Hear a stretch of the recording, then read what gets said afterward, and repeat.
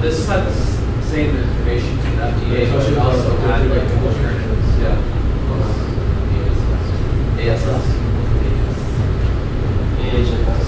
AHAS? I know you mentioned that the FDA was successful in preventing drug shortages in 137 cases, but did they give a statistic on how many cases it did not or was unable to? I assume it will be a lot. Yeah. I assume it will be a lot more. No one keeps track of that one, right? Because like the case that they prevented, they show it, but honestly, they don't tell you. Because every day FDA shows like a full list of drug shortages. Based on your slide with drug shortages and allocating the drugs, how exactly do the manufacturers know who needs it? Is it based on just demographics on like which areas in the country use it the most, or? So manufacturers, sometimes they actually have this program if they have a shortage. They have physicians fill out a form, send it to the manufacturer or the company. When they look at the form, they tell the whole patient's history, look at the regimen, and the requirement for the drug, and give the reason.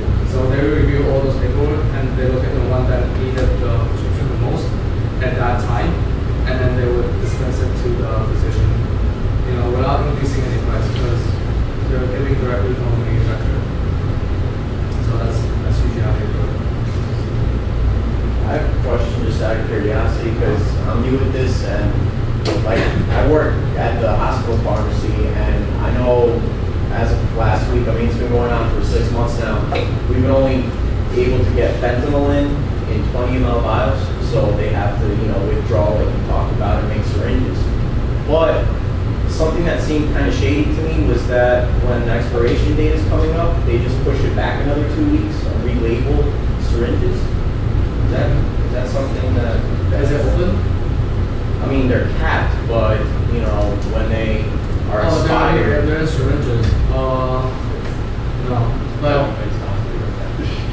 What happened with expiration is that it's really difficult to tell. Sometimes you have decrease of effectiveness. That's usually the main thing. Especially pain medications. If it's not as effective, then there's no point of giving the regimen, and everything will be wrong. Especially with those and everything. Kind of shady then. Yeah. Like Bactrim. Yeah. Because Bactrim has a very short stability. Exactly. Like antibiotic is more dangerous with developing resistance.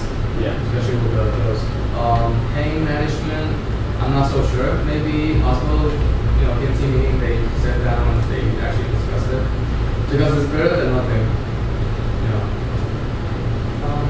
Based on your lecture, when I see that a lot of these shortages are based on injectables, are these FDA laws more for a hospital setting or hospital and retail?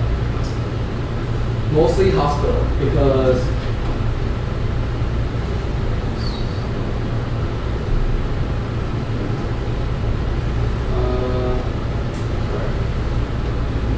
mostly hospital, because retail doesn't really require, and any PO, most of the PO should have therapeutic interchange. It's just most of the, especially chemotherapy, that's the one that's really in trouble. So using hospital setting, sedation, emergency use. Those are the ones I would worry about. Alright, so I was curious. So does the FDA sets, especially with narcotics, do they limit the amount that a company can make of a certain drug? They don't, but the company limit themselves. They look at like Cardinal, how much they send to Cardinal every month, and then they would go into that depends on how much they manufacture. So they don't over make anything, so they don't expire. Yeah. So like when we have increased demand, it's hard for them because those are based on like the last 6 months. Like they do it like annually a bit.